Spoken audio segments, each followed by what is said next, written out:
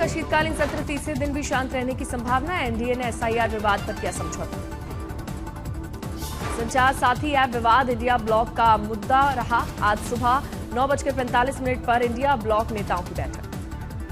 8 दिसंबर को वंदे मातरम पर लोकसभा में होगी चर्चा। पीएम मोदी करेंगे बहस की शुरुआत। बहस के लिए दिए जाएंगे 10 घंटे।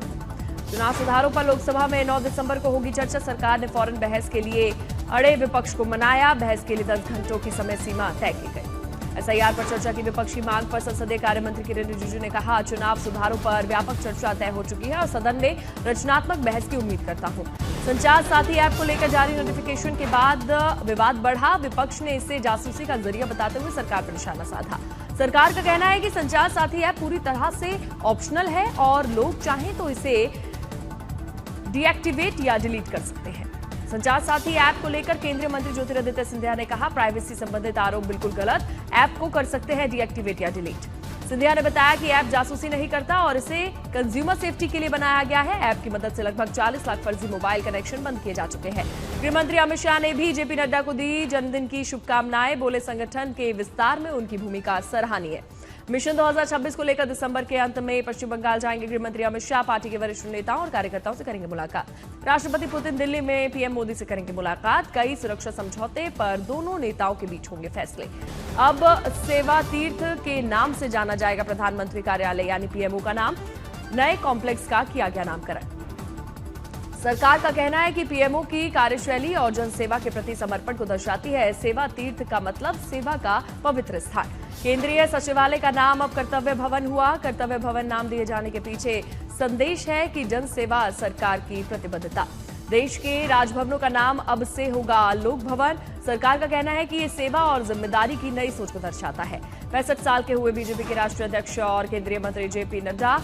पीएम मोदी ने बधाई दी। देश के स्वास्थ्य ढांचे में सुधार के प्रयासों की पीएम ने सराहना की। एक राष्ट्र एक चुनाव को लेकर संयुक्त संसदीय समिति की अगली बैठक 4, 10 और 17 दिसंबर को निर्धारित। समिति रिपोर्ट के अंतिम रूप देने और संबंधित मुद्दों पर विस्तार से करेगी चर्चा। आज दिल्ली नगर निगम के 12 वार्ड पर हुए उपचुनाव के आएंगे नतीजे। रविवार को हुए मतदान में हुई थी 38.51% की वोटिंग। दिल्ली सरकार ने विंटर एक्शन प्लान लागू किया। बेघरों और गरीबों को सर्दी से बचाने पर जोर। सरकार ने 197 स्थायी और 204 अस्थायी रैन बसेरे किए तैयार। मुख्यमंत्री रेखा गुप्ता ने सचिवालय में बैठक कर तैयारियों की समीक्षा की। दिल्ली हाईकोर्ट से बजरंग और विनेश को लगा बड़ा झटका। भारतीय कुश्ती महासंघ चुनाव को चुनौती देने वाली याचिका खारिज हुई। नमो घाट पर भाषा, संस्कृति और परंपराओं के महासंगम का भव्य शुभारंभ।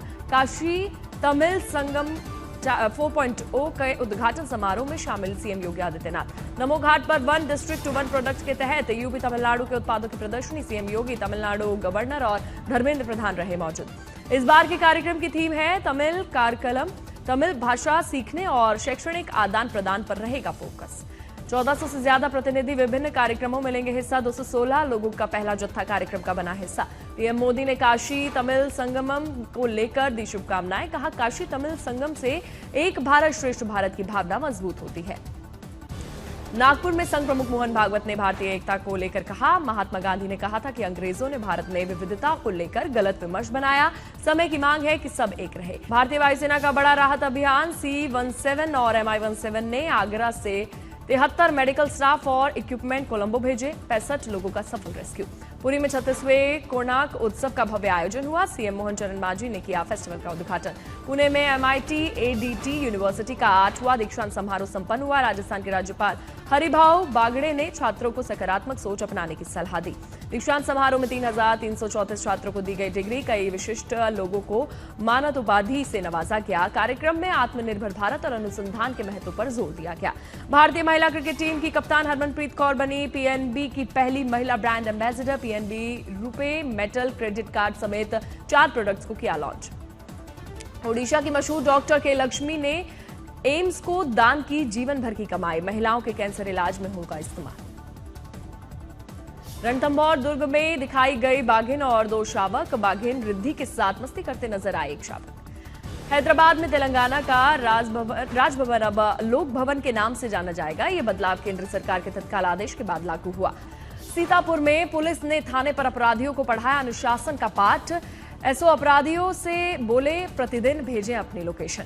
अहमदाबाद में एक के बाद एक धुआं जली 18 दुकानें, दुकान में रखे तेल से फैली भीषण आग। देवघर में आग लगने से किसानों का लाखों का रुपए का धान जलकर राख हुआ, सरकार से लगा रहे हैं मदद की गुहार।